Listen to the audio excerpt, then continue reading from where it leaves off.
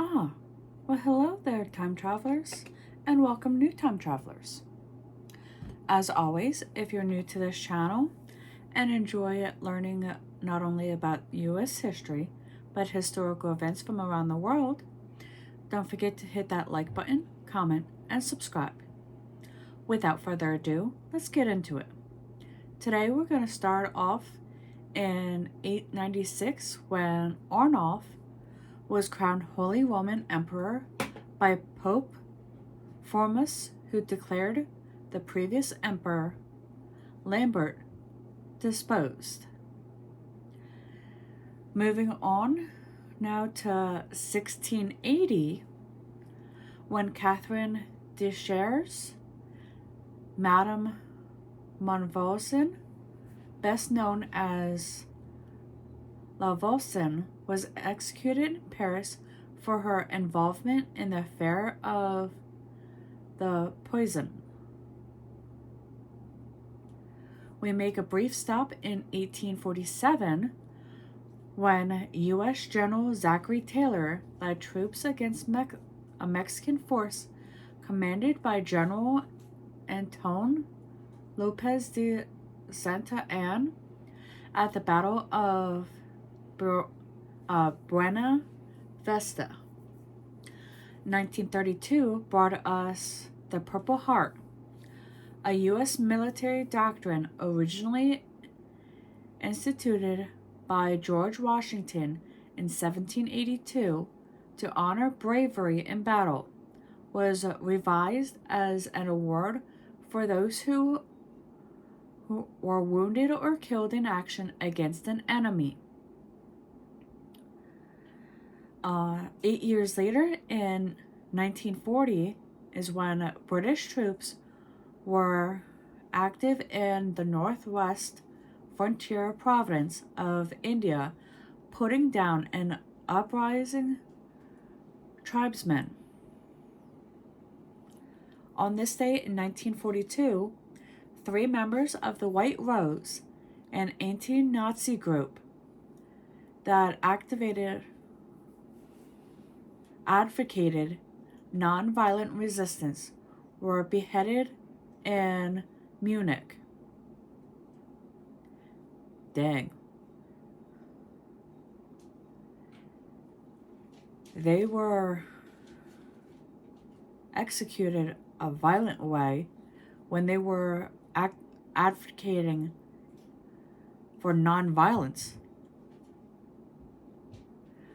Okay, the following year in 1943, when 850 men of U.S. armed forces were lost when U-boats sank 2 merchant vessels in North Atlantic in early February, the Navy Department disclosed. In 1947, British decisions to give India independence by June of 1948 is hailed as wise and courageous move by Jawaharlal Nehru, a Congress Party leader.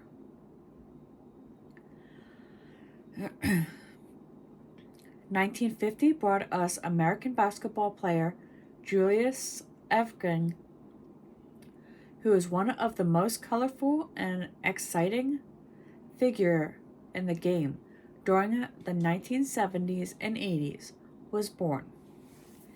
8 years later, in 1958, Emperor Haile Selassie of Ethiopia, revealed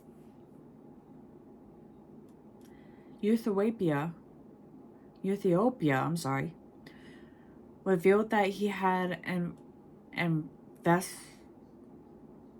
intervened personally to mediate the border dispute between Egypt and Sudan.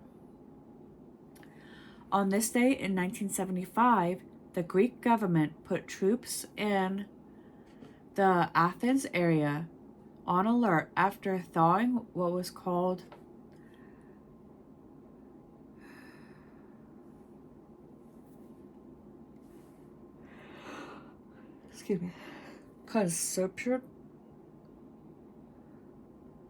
conspiratory movements by followers of the right-wing military government that collapsed in July of 1974. 37 officers were arrested. During the 1980 Winter Olympics, against the backdrop of the Cold War, the U.S. ice hockey team defeated the favored Soviet team in one of the greatest upsets in the history of the Olympic Games. That's one thing that I would want to see in person, is whether it's the Winter or Summer Olympics. On this day in 1997, a team of British scientists working under the direction of Ian Wilmot at the Roslin Institute near Edinburgh announced the birth of Dolly the sheep, the first clone of an adult mammal. 2 years before the turn of the century, in 1998, the United Nations announced the terms of the agreement reached by Secretary General Kofi Annan with Iraqi President Saddam Hussein, saying that Iraq will now permit UN arms inspector unconditional access to possible weapons site. 1998 also brought us the United Nations announced the terms of agreement reached by Secretary General Kofi Annan, which I already stated.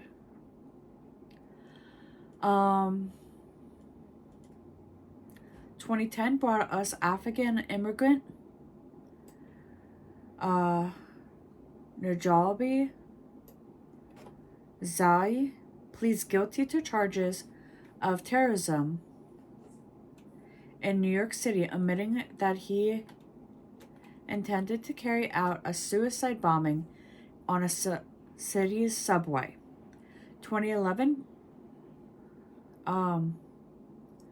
after enduring more than 5 months of tremors, Christchurch, New Zealand, and its surrounding area were struck by massive destructive aftershocks of a magnitude of 6.3. 2014 brought us Ukraine President Viktor Yanukovych was impeached following widespread protest after he abandoned an association agreement with the European Union.